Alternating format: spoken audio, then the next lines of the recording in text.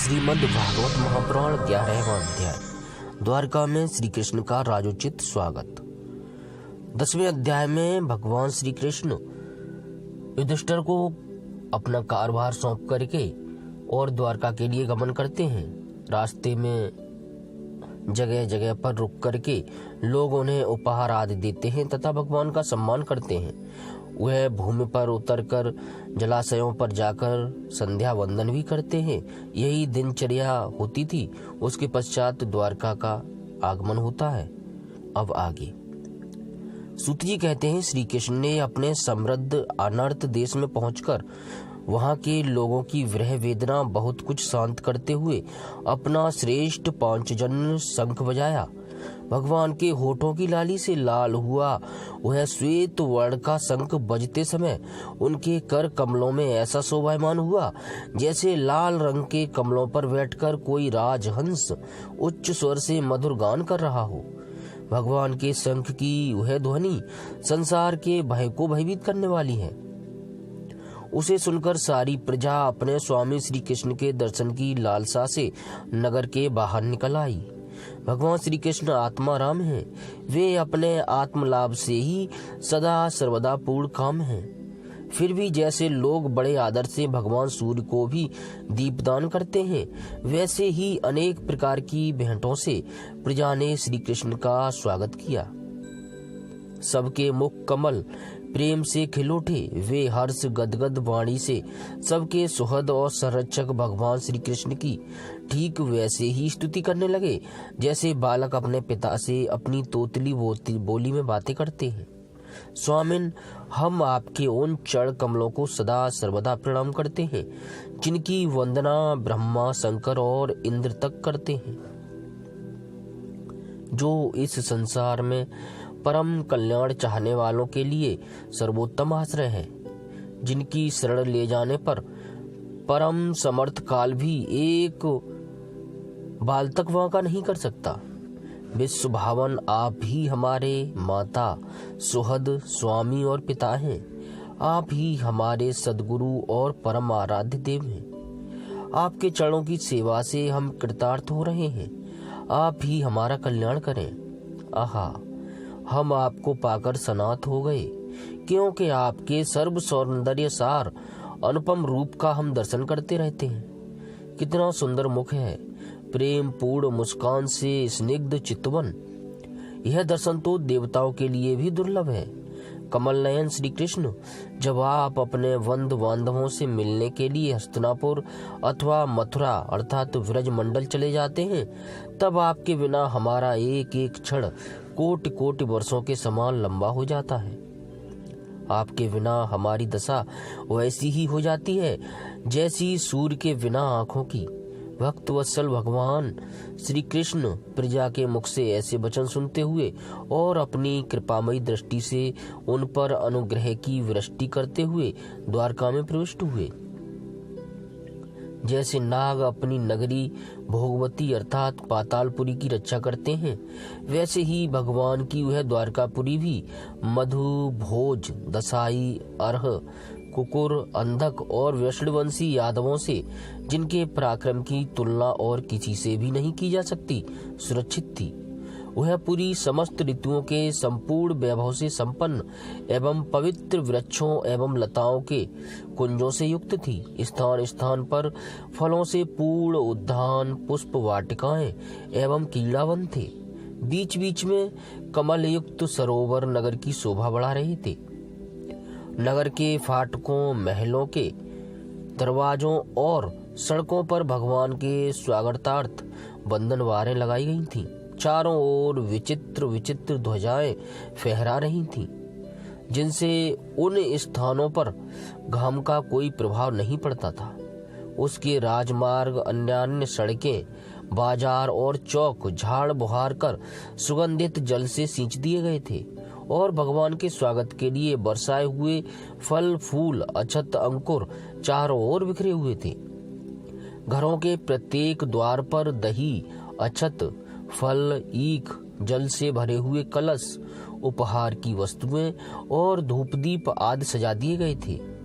उदार शिरोमणि वासुदेव अक्रूर, उग्रसेन, अद्भुत पराक्रमी बलराम, प्रद्युम्न, चारुदेश्ल और जामवंती नंदन सांब ने जब यह सुना कि हमारे प्रियतम भगवान श्री कृष्ण आ रहे हैं, तब उनके मन में इतना आनंद उमड़ा कि उन लोगों ने अपने सभी आवश्यक कार्य, सोना, बैठना और भोजन आदि छोड़ दिए। प्रेम के आवेग से उनका हृदय उछलने लगा। वे मंगल शकुन के लिए एक गजराज को आगे करके स्वसत्य पाठ करते हुए और मांगलिक सामग्रियों से सुसज्जित ब्राह्मणों को साथ लेकर चले। शंख और तुरही आदि बाजे बजने लगे और वेद ध्वनि होने लगी। वे सब हर्षित होकर रथों पर सवार हुए और बड़ी आदर बुद्धि से भगवान की आगमनी करने चले। साथ ही भगवान श्री कृष्ण के दर्शन के लिए उत्सुक सैकड़ों श्रेष्ठ वारांगनाएं, जिनके मुख कपोलों पर चमचमाते हुए कुंडलों की कांति पड़ने से बड़े सुंदर दिख पड़ते थे, पालकियों पर चढ़कर भगवान की आगवानी के लिए चली। बहुत से नट, नाचने वाले, गाने वाले, विरद, बखानने वाले, सूत, मागध और वंदीजन भगवान श्री कृष्ण के अद्भुत चरित्रों का गायन करते हुए चले। भगवान श्री कृष्ण ने वंद बांधवों, नागरिकों और सेवकों से उनकी योग्यता के अनुसार अलग अलग मिलकर सबका सम्मान किया। किसी को सिर झुकाकर प्रणाम किया, किसी को वाणी से अभिवादन किया, किसी को हृदय से लगाया, किसी से हाथ मिलाया, किसी की ओर देखकर मुस्कुरा भर दिया और किसी को केवल प्रेम भरी दृष्टि से देख लिया। जिसकी जो इच्छा थी उसे वही वरदान दिया। इस प्रकार चांडाल पर्यंत सबको संतुष्ट करके गुरुजन, सपत्नीक, ब्राह्मण और वृद्धों का तथा दूसरे लोगों का भी आशीर्वाद ग्रहण करते एवं बंदी जनों से विरुदावली सुनते हुए सबके साथ भगवान श्री कृष्ण ने नगर में प्रवेश किया।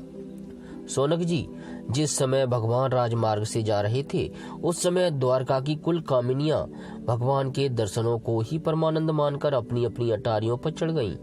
भगवान का वक्ष स्थल मूर्तिमान सौंदर्य लक्ष्मी का निवास स्थान है।